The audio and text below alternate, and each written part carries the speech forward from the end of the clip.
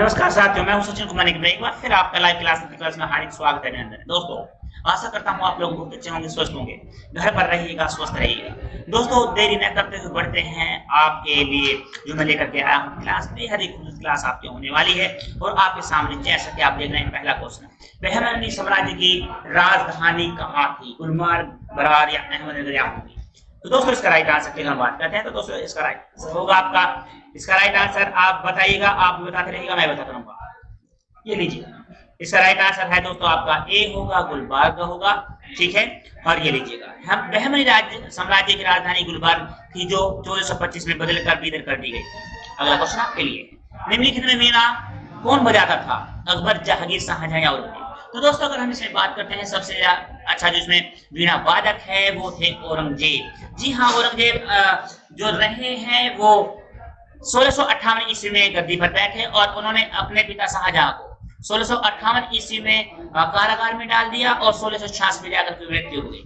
जहां शाहजहां एक ऐसे व्यक्ति रहे हैं जिन्होंने भारत को बहुत सारी इमारतें दी हैं, लेकिन लास्ट के अंतिम अपने 8 वर्ष उन्होंने जेल के अंदर बिताए हैं दोस्तों। तो दोस्तों, इसका राइट आंसर आपका होता है औरंगजेब। औरंगजेब को जिंदा पीर भी कहा जाता था और इसी समय में सबसे ज्यादा हिंदुओं को पदाधिकारी औरंगजेब ने बनाया हुआ था दोस्तों। चलिएगा, अगला क्वेश्चन आपको देते हैं, पढ़िएगा, पढ़िएगा इसके बारे में। औरंगजेब उस समय वादक था, हालांकि उसने अपने राज्य में संगीत पर प्रतिबंध लगा दिया था। अगला क्वेश्चन आपके लिए है, देखते हैं क्या बताते हैं। तुंगभद्रा के तट पर कौन सा साम्राज्य विकसित हुआ? विजयनगर, बहमनी, चालुक्य या इसमें चोल? इसका राइट आंसर होगा। तो दोस्तों, इसकी अगर हम बात करते हैं तो इसका राइट आंसर आपका क्या होगा? जी हाँ दोस्तों, इसका राइट आंसर होगा आपका विजयनगर। जी हाँ, इसका राइट आंसर आपका होता है विजयनगर। और पढ़ते हैं विजयनगर के बारे में। विजयनगर की स्थापना हरिहर और बुक्का नाम के 2 सगे भाइयों द्वारा की गई थी। यह मध्यकाल का सबसे बड़ा हिंदू साम्राज्य था। ये हरिहर बुक्का बहुत ही पराक्रमी राजा थे और उनके द्वारा विजय साम्राज्य की स्थापना हुई है दोस्तों। चलिएगा, बढ़ते हैं अगले क्वेश्चन की तरफ और देते हैं आपको अगला क्वेश्चन। ये लीजिएगा, सड़क के आजम किन शहरों को जोड़ती है? आगरा और दिल्ली को, आगरा और काबुल को, आगरा और सासाराम को, सासाराम और देवगिरी को? तो दोस्तों, इसमें आपका आंसर क्या होता है, मैं आपको इसमें दिखाता हूं दोस्तों।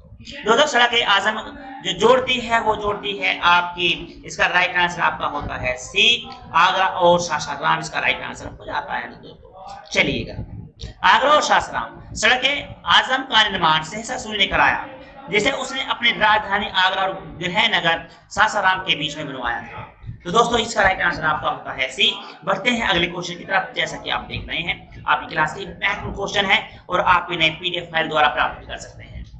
निम्नलिखित में से किसकी हत्या उसके बेटे ने की? राणा कुंभा, राणा प्रताप, राणा उदय सिंह है या राणा सांगा है दोस्तों? तो दोस्तों, इसके मैं आपसे जानना चाहता कि किस राजा की हत्या उसके बेटे ने की है?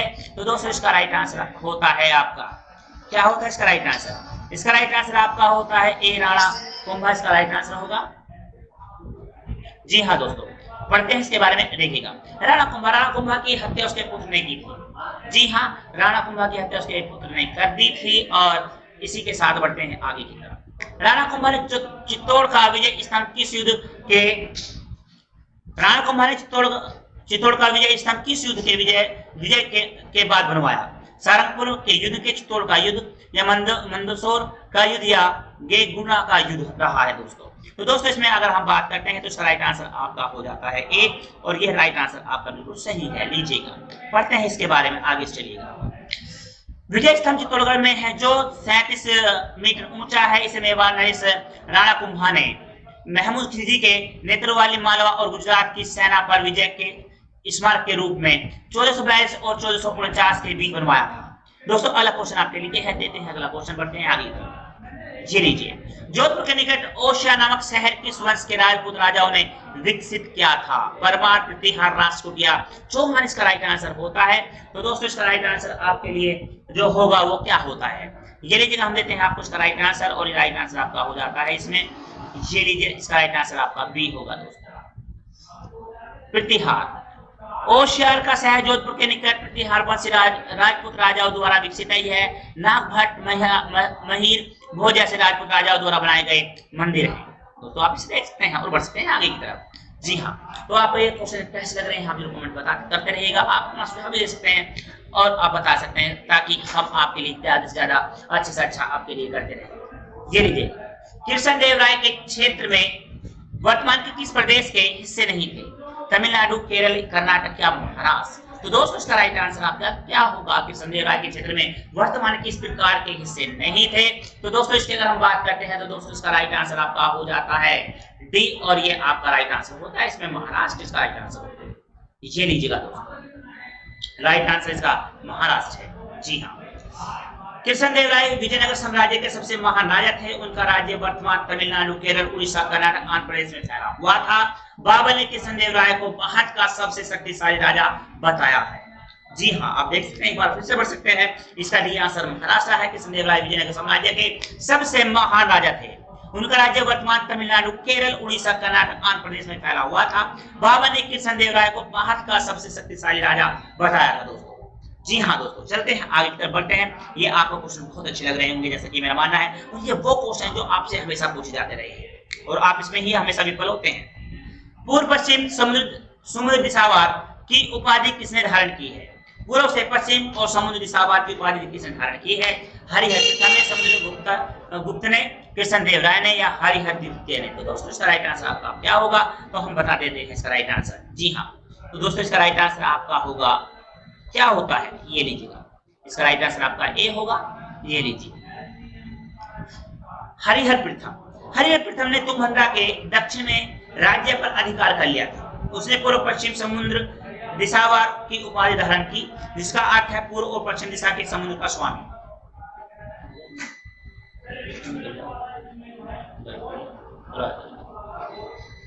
जी हाँ दोस्तों, ये बिल्कुल सही क्वेश्चन का आपने आंसर दिया है, जैसा कि मैं देख रहा हूं। आगे बढ़ते हैं आपके फारसी इस्लामिक विद्वान कमालुद्दीन अबुतुरजाक इब्न इशाक समरकंदी ने 1440 के दशक में किस भारतीय शहर की यात्रा की है? और थोड़े से अगर मैं तो ये कहना चाहूंगा इस्लाम धर्म से कि इससे कुछ हार्ड को वर्ड अगर और भी होते तो वो आपको प्रयोग करने चाहिए थे। पता नहीं कैसे कैसे बोलते थे लोग। देखिएगा, आपको भी हंसी आ रही होगी इस बात को सुनकर के। चलिएगा, इसका राइट आंसर है आपका कालीकट होगा। इसका राइट आंसर होगा इसका ए, और यह आपका कालीकट से इसका संबंध होता है। ये लीजिएगा दोस्तों, राइट आंसर इसका ए है। बढ़िएगा आगे। कमालुद्दीन अब्दुर्रज्जाक इब्न इशाक समरकंदी नामक इस्लामिक विद्वान ने कालीकट की यात्रा की थी। कालीकट भारत के मालवार तट पर स्थित शहर है। उसने कालीकट की संस्कृति के बारे में कई उपयोगी लेख लिखे हैं दोस्तों। जी हाँ दोस्तों, इतना आप देख सकते हैं, बिल्कुल आपके लिए सबसे महत्वपूर्ण है इस नाम को याद करना। तो दोस्तों आप कुछ करें ना करें, लेकिन आपको ये नाम जरूर याद करना पड़ेगा, कमालुद्दीन अब्दुर्रज्जाक इब्न इशाक समरकंदी। देख लीजिएगा कितना अच्छा सा नाम है, ठीक है। पढ़िएगा आगे।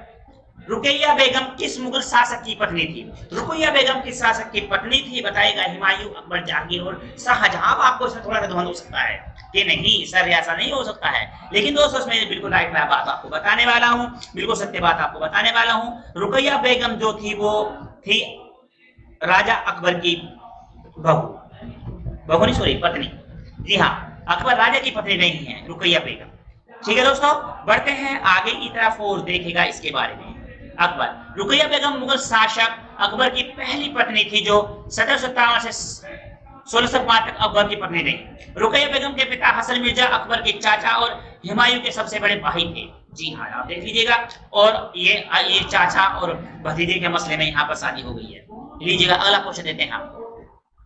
रजिया सुल्ताना किसकी पत्नी थी? देखिए कितना क्वेश्चन, कितना अच्छा क्वेश्चन आपके सामने आया है। हम अगर रजिया सुल्ताना की बात करें तो रजिया सुल्ताना ने 1236 से लेकर के 1240 तक शासन किया है भारत में।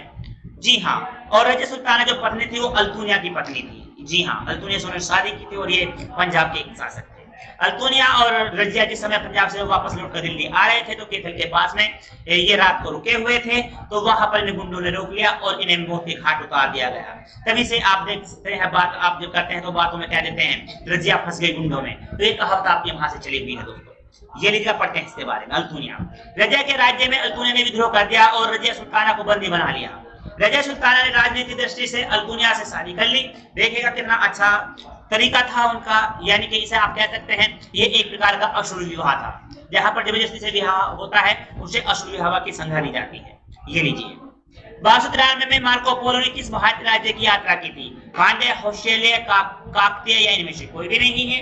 तो दोस्तों इसका आंसर आपकी तरफ से क्या होगा, तो मैं आपको बता देता हूँ, आप बताते रहिएगा तेजी के साथ में। आपके पास में है केवल 10 सेकंड हर क्वेश्चन में अपना आंसर देने के लिए।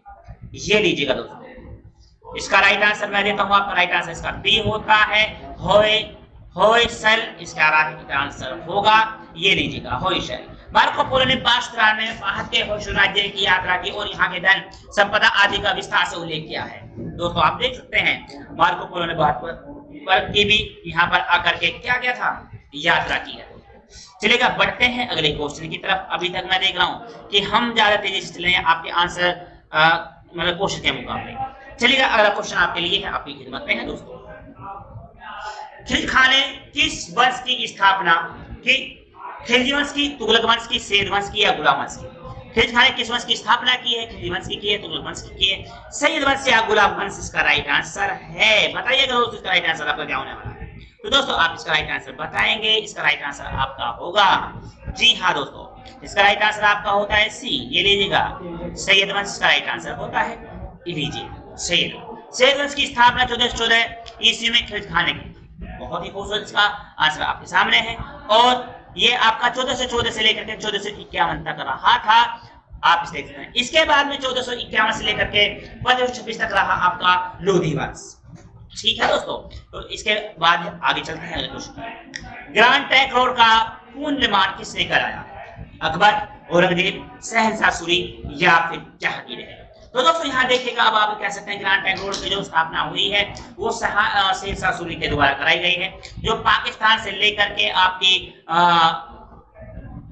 बांग्लादेश तक बनवाया गया था, जिसे अब भारत में 2 भागों में बांट दिया गया है। जी हाँ दोस्तों, औरंगजेब जो रहे हैं, सॉरी शहंशाह सूरी जो रहे हैं वो हुमायूं के समकालीन रहे हैं और हुमायूं की सत्ता को उन्होंने छीना था 1539 में और 1545 तक वो रहे थे यहाँ के शासक।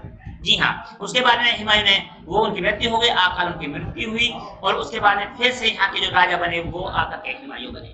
जी हाँ, हुमायूं किसके बेटे थे? बाबर के बेटे थे और बाबर के बेटे हुमायूं की मृत्यु पैरियों पर यानी कि वो पुस्तकालय से घूम रहे थे और उसके जब अजान हुई तो नमाज पढ़ने के लिए चले तो उनका पैर सीढ़ी से फिसल कर उनकी वहां पर मृत्यु हो गई और वह अल्लाह को प्यारे हो गए।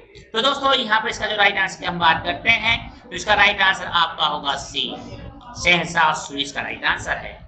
जी हाँ, शहंशाह सूरी। ग्रैंड ट्रंक रोड का निर्माण मौर्य काल में हुआ, तब इसे उत्तर पथ कहा जाता था। इसका पुनर्निर्माण शहंशाह सूरी ने कराया और इसका नाम सड़क आजम रखा था। जी हाँ दोस्तों, ये बहुत पुराना रास्ता है, आप देख सकते हैं, जिसे अब नेशनल हाईवे 1 और 2 के नाम से भी जाना जाता है। जी हाँ, बढ़े आगे की तरफ चलते हैं।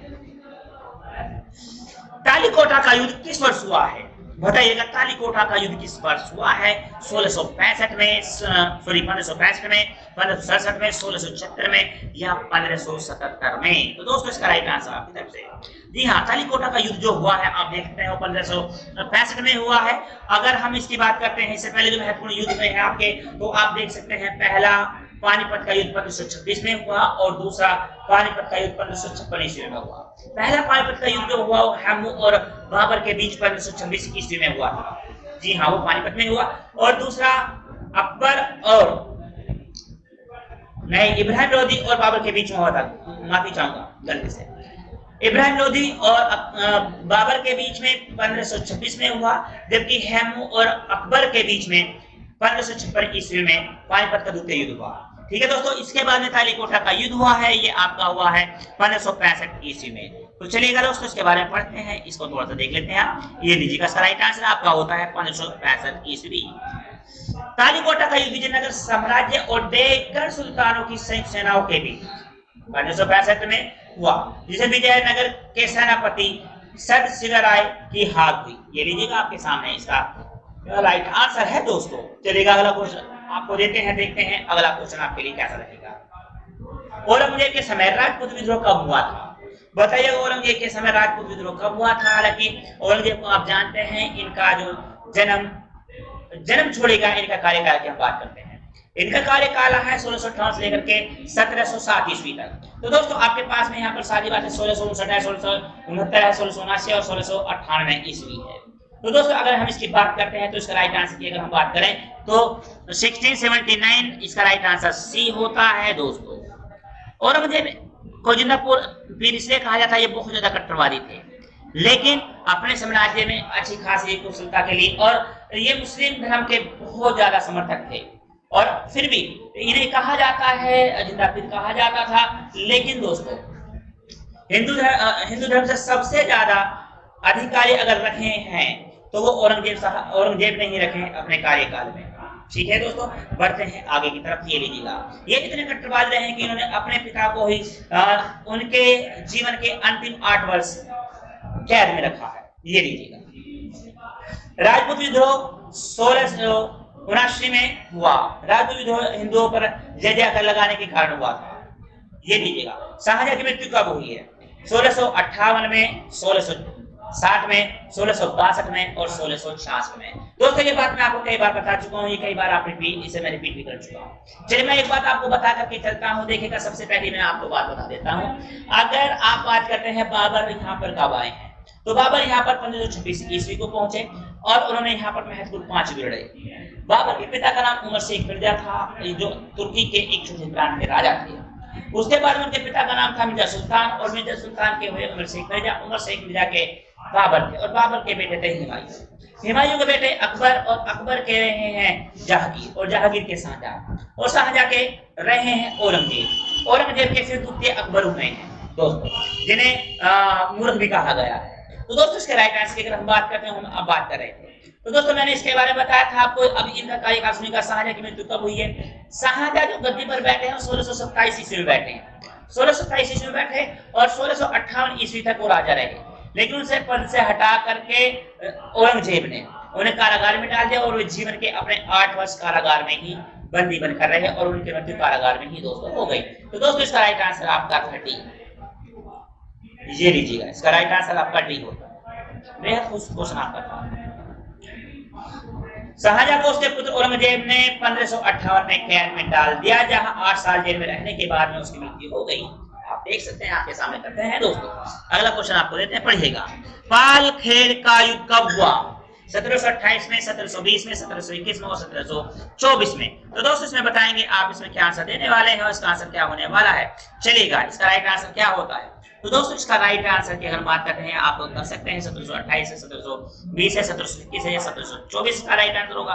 तो दोस्तों यहाँ लीजिएगा, इसका 1700 आपका होता है 28 का राइट आंसर। ये लीजिए, जी हाँ दोस्तों, आपके सामने इसका राइट आंसर। पालखेड़ का युद्ध बाजीराव और हैदराबाद के निजाम उल मुल्क की सेनाओं के बीच 1728 में हुआ, जिसमें निजाम की बुरी तरह पराजय हुई। ये आप देख सकते हैं। अगला क्वेश्चन हम देते हैं आपको, पढ़ते हैं आगे की तरफ। शनिवारवाड़ा किस वंश से संबंधित था? मुगल, मराठा, विजयनगर या होयसैल से? तो दोस्तों आप देखेगा इसमें शनिवारवाड़ा किस वंश से संबंधित था? मुगल या मराठा, विजयनगर से है या होयसैल से है? तो दोस्तों इसमें आप देख सकते हैं, इसका राइट आंसर आपका होगा, जी हाँ, क्या होगा दोस्तों? ये लीजिएगा, मैं आपको बता देता हूँ। इसका राइट आंसर आपका होता है मराठा। मराठा मतलब मराठा। अब कभी आप पराठा ना समझने बैठ जाइएगा। ये लीजिएगा अगला क्वेश्चन आपके लिए। पहले इसके बारे में पढ़ते हैं। शनिवारवाड़ा मराठा साम्राज्य के पेशवाओं के बैठने का स्थान था। इसका विकास पेशवा बाजीराव प्रथम के समय में हुआ। अगला क्वेश्चन आपके लिए, कौन से मुगल राजा के दरबार में हिंदुओं से ज्यादा मुस्लिम मनसबदार थे? अकबर, जहांगीर, शाहजहां या औरंगजेब होगा इसका राइट आंसर दोस्तों। तो दोस्तों मैं आपको पहले ही बताया था कि सबसे ज्यादा जो रियासतें थी या अधिकारी थे तो वो औरंगजेब के समय में थे। तो कौन से मुगल राजा के दरबार में हिंदुओं से ज्यादा मुस्लिम मनसबदार थे? उसके मनसबदार की बात की गई है तो औरंगजेब रहे हैं, लेकिन पदाधिकारी उसमें हिंदू रखे गए। तो दोस्तों इसका राइट आंसर आपका डी होगा। ये लीजिएगा, औरंगजेब के समय हिंदू मनसबदारों की संख्या अधिक थी। हिंदू मनसबदारों की संख्या अधिक थी, आपको मैंने बताया था पहले भी। चलेगा, बढ़िएगा आगे की तरफ, देखते हैं अगला क्वेश्चन आप कितने अच्छे से करने वाले हैं। ये लीजिएगा, जब्ती प्रथा और दहशाला प्रथा किसने शुरू कराया? अलाउद्दीन खिलजी ने, टोडरमल ने, मान सिंह ने या इब्राहिम लोधी ने? तो इसका राइट आंसर आपकी तरफ से जब्ती प्रथा और दह साला प्रथा किसने शुरू कराया है? अलाउद्दीन खिलजी, टोडरमल या मानसिंह है या इब्राहिम लोधी है दोस्तों। तो दोस्तों इसका राइट आंसर आपका होगा, ये लीजिएगा, आपको देते हैं, इसका राइट आंसर आपका होगा इब्राहिम लोधी। जी नहीं, गलत हो रहा है आपका, मैं क्वेश्चन आपको गलत दिया, इसका मतलब है टोडरमल। इसको काटते हैं एक बार। जी हाँ, इसका है आपका टोडरमल होगा। टोडरमल अकबर के नवरत्नों में से एक थे। उनका मुख्य कार्य राजस्व का कार्य देखना था। जब्ती प्रथा और दहसाला प्रथा टोडरमल ने ही शुरू कराई थी। आगे बढ़ते हैं, देखते हैं अगला क्वेश्चन आपके लिए, ये लीजिएगा। किसने अपने भाई उल्लू खान और नुसरत खान को गुजरात आक्रमण के लिए भेजा? अलाउद्दीन खिलजी, बलबन या इल्तुतमिश या रजिया सुल्ताना? तो दोस्तों बताइएगा इसमें आपका आंसर क्या होता है? जी हाँ दोस्तों, किसने अपने भाइयों को भेजा था लड़ने के लिए गुजरात के लिए? तो दोस्तों ये लीजिएगा, आपको बता देते हैं, इसका राइट आंसर आपका होता है ए, और ये आपका राइट आंसर होगा अलाउद्दीन खिलजी, इसका राइट आंसर है। ये लीजिए, अलाउद्दीन खिलजी उल्लू खान और नुसरत खान को गुजरात पर आक्रमण करने के लिए अलाउद्दीन खिलजी ने भेजा था। अगला क्वेश्चन ये लीजिएगा, मीनाक्षी मंदिर का निर्माण किस काल में हुआ? पांड्य, चोल, चेर, होयसल? तो दोस्तों आपके सामने है, इसका आंसर आप देंगे। इसका राइट आंसर आपका क्या होता है दोस्तों? तो दोस्तों इसका राइट आंसर आपका होगा पांड्य, इसका राइट आंसर आपका ए बनता है दोस्तों, आपके सामने है। ये लीजिएगा, इसका राइट आंसर आपका ए होगा, पांड्य। पांड्य मीनाक्षी मंदिर का निर्माण पांड्य वंश के राजाओं ने करवाया था। यह है मुंदेर में है, जो पांड्य वंश की राजधानी था या थी। जी हाँ दोस्तों, चलेगा अगला क्वेश्चन आपके लिए। चांदी का टांका और तांबे का जितल किसने चलवाया? कुतुबुद्दीन ऐबक ने, इल्तुतमिश ने, अलाउद्दीन खिलजी ने या बलबन ने? चांदी का टांका और तांबे की जितल किसने चलवाया था? तो आप देख सकते हैं इसमें इसका राइट आंसर होता है आपका बी, इल्तुतमिश। इसका राइट आंसर आपके सामने होगा, इल्तुतमिश ने चलवाया था दोस्तों। जी हाँ, ये लीजिएगा, मैं इस पर आपका निशान लगा देता हूँ, और ये लीजिएगा इल्तुतमिश। इल्तुतमिश ने क्या किया है? देखिए इल्तुतमिश 1211 ईस्वी बैठे हैं और 1236 ईस्वी तक रहे। उसके बाद उनकी पुत्री सुल्ताना, रजिया सुल्ताना बैठी है। इल्तुतमिश ने कुतुब मीनार, जो कुतुब मीनार थी वह निर्माण अधीन थी, यानी कि उसका नींव रखी जा चुकी थी, लेकिन उसका निर्माण पूरा नहीं हुआ था। नींव रखवाई थी कुतुबुद्दीन ऐबक ने, लेकिन उसको पूरा करवाया था इल्तुतमिश ने। जी हाँ दोस्तों, चलिए अब यहाँ पर अगर बात करते हैं तो इल्तुतमिश यहाँ पर क्या करा है? चांदी का टांका और तांबे की जितल इल्तुतमिश ने चलवाई। ये भारत के पहले शुद्ध अरबी सिक्के थे। तैमूर ने भारत पर आक्रमण किसके समय किया? महमूद शाह तुगलक, अलाउद्दीन खिलजी, खिलजी खान या इनमें से कोई भी नहीं है। तो दोस्तों इसके अगर हम राइट आंसर की बात करते हैं तो आपकी बात करेंगे तैमूर ने भारत पर आक्रमण किसके समय में किया है? तो दोस्तों इसका राइट आंसर आपका हो जाता है ए। ये लीजिएगा, महमूद शाह तुगलक, बिल्कुल सही आंसर इसका आपके सामने है। ठीक है दोस्तों, बढ़िएगा आगे की तरफ। महमूद शाह तुगलक, तैमूर ने 1398 में भारत पर आक्रमण किया। उस समय दिल्ली का शासक तुगलक वंशी महमूद शाह तुगलक था। चलिए अगला क्वेश्चन आपके लिए है, आपकी खिदमत में है। एकता प्रथा का अंत किसने किया? अलाउद्दीन खिलजी, बलबन, अकबर या मोहम्मद बिन तुगलक ने कराया है? चलिएगा, एकता प्रथा के अंत की बात कर रहे हैं तो इसमें आप देखना चाहेंगे इसका अंत किसने करवाया है? तो दोस्तों इसके अंत की अगर हम बात करते हैं तो इसके अंत की अगर बात की जाए तो दोस्तों इसका अंत कराया है अलाउद्दीन खिलजी। जी हाँ दोस्तों, इसका राइट आंसर आपका होगा अलाउद्दीन खिलजी, इसका राइट आंसर ये पढ़िएगा, अलाउद्दीन खिलजी। एकता प्रथा का अंत अलाउद्दीन खिलजी ने किया। इस प्रथा को इल्तुतमिश ने शुरू किया। इसके अंतर्गत सैनिकों, राज्य अधिकारियों को वेतन के बदले भूमि दी जाती थी। ठीक है दोस्तों, पढ़ते हैं अगले क्वेश्चन की तरफ। अभी कुछ और क्वेश्चन आपके लिए बाकी है। ये लीजिए, ओसिया का मंदिर किसने बनवाया? गुर्जर प्रतिहार ने, परमार ने? हो गया, परमार, चालुक्य और इनमें से कोई भी नहीं है। तो दोस्तों का राइट आंसर आपका होगा, ये लीजिएगा, इसमें आपका राइट आंसर इसका ए है और राइट आंसर में ए में लगाएंगे गुर्जर प्रतिहार। जी हाँ, ये लीजिए गुर्जर प्रतिहार। ओरछा में एक अनेक प्रसिद्ध मंदिर है, इन्हें गुर्जर प्रतिहार वंशी राजाओं ने बनवाया। ये मंदिर नागभट्ट प्रथम, महिर भोज, नागभट्ट द्वितीय द्वारा बनवाए गए हैं। अगला क्वेश्चन देखेंगे आप, चंगेज खां का समकालीन कौन था? इल्तुतमिश, कुतुबुद्दीन ऐबक, अलाउद्दीन खिलजी या बलबन? तो दोस्तों इसका राइट आंसर की हम बात करते हैं तो इसमें आपका राइट आंसर होता है, क्या होगा इसका राइट आंसर? ये लीजिएगा, बताते हैं, इसका राइट आंसर आपका होगा इल्तुतमिश। ये लीजिए, इल्तुतमिश, चंगेज खान इल्तुतमिश के समय मंगोल राजा था। और इसके बाद में अंतिम क्वेश्चन आपको देते हैं, पढ़ते हैं अंतिम क्वेश्चन की तरफ। प्राथमिक मध्यकाल के दौरान जिजाक भुगती किस जगह को कहा जाता था? बुंदेलखंड, रोहिलखंड, मालवा या इनमें से कोई भी नहीं है। तो दोस्तों इसकी राइट आंसर की हम बात करते हैं तो इसका राइट आंसर आपका हो जाता है ए, बुंदेलखंड इसका राइट आंसर है। और इसी के साथ में होती है आज की क्लास खत्म। तो दोस्तों मिलते हैं कल अपने समय पर, यथा समय पर। तो तब तक के लिए आपको दोस्तों good day, good luck, goodbye और जय हिंद।